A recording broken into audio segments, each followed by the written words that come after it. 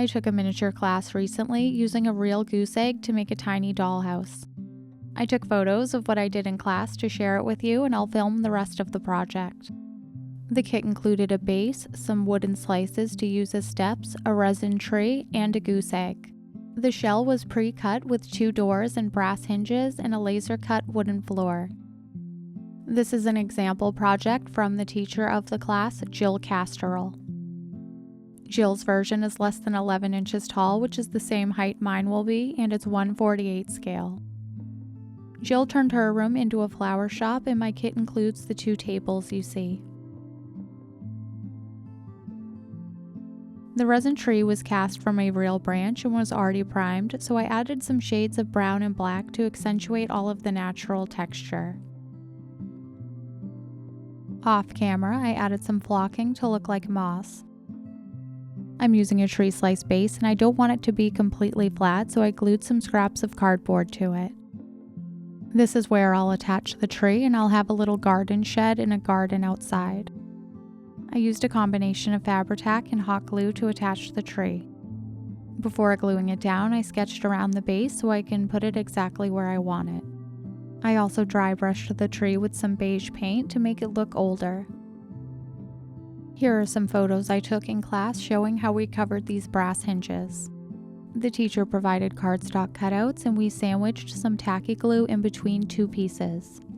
The glue softens the paper, and we used a ball stylus to make small divots. It creates a really convincing effect that looks like hammered metal. We glued the paper pieces onto the metal hinges. To decorate around the doors, I used egg cartons to make stones. I painted faux wood on the eggshell doors and framed them with faux leading. I dry brushed the paper hinges with silver and added shading to the stones. There isn't too much space inside of the goose egg, but I think it's the perfect opportunity to use some kits I got from Robin Betterly. When I bought these quarter scale kits, I didn't have any projects in mind, and I'm not sure if I'll have space to use all of it, but I'll definitely build a tool shed in the yard to house all of these tools. I'll start with this kit and assemble this small blue cabinet. I'm going to get started by pre-painting the laser cut pieces. I think I need to buy some more colonial type colors because I always end up having to mix my own, but I'm using a couple shades of blue and some brown to make a more earthy blue tone. My plan so far is to decorate the inside like a rustic kitchen and fill it with veggies and flowers from outside. With the simple rustic kitchen in mind, I don't want any of the colors to be too vibrant. I slightly thinned out the paint with some water so it'll go on more like a stain and some of the wood will still be visible. I'm staining the pieces in their frame because they're easier to hold on to and I can get to the front and back.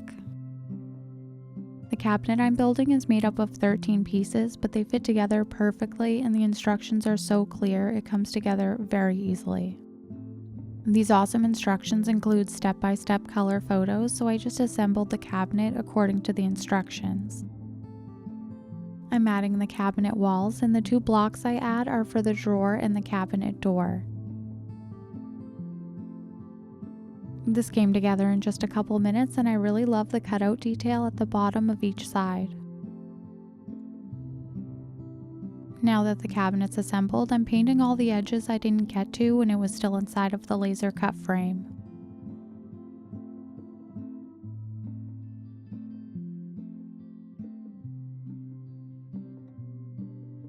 To make it look old and worn, like over time some of the paint has rubbed away, I'm just using a nail file to very lightly sand it. The 2 blocks are where I'll be adding a cabinet door and a drawer front, but I'm sanding them first. Each of them has a tiny hole, and there are caviar beads included in the kit to use as knobs.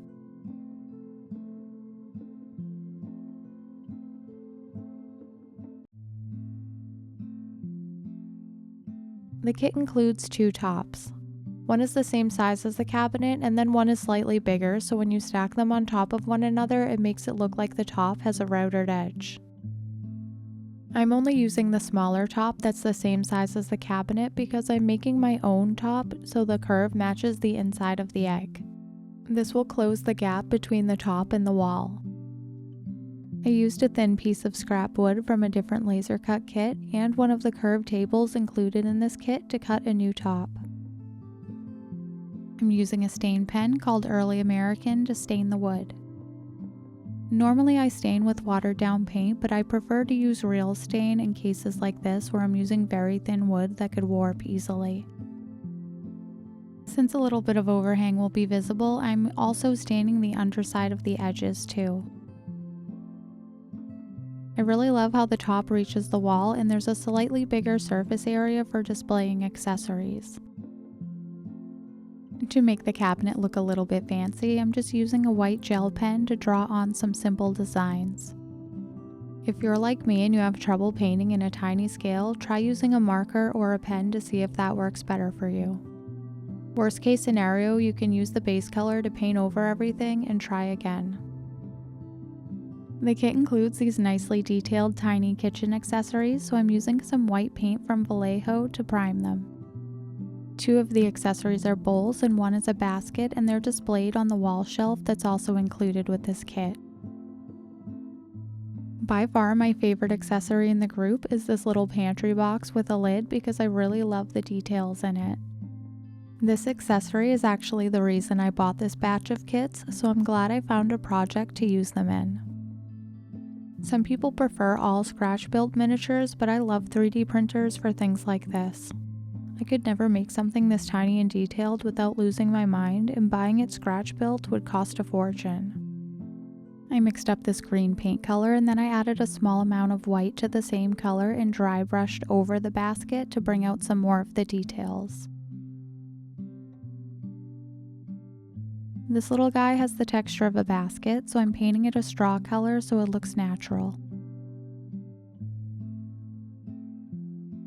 I really love this tiny bread pan, and my plan is to make a quick bread with some blueberries from the garden inside it.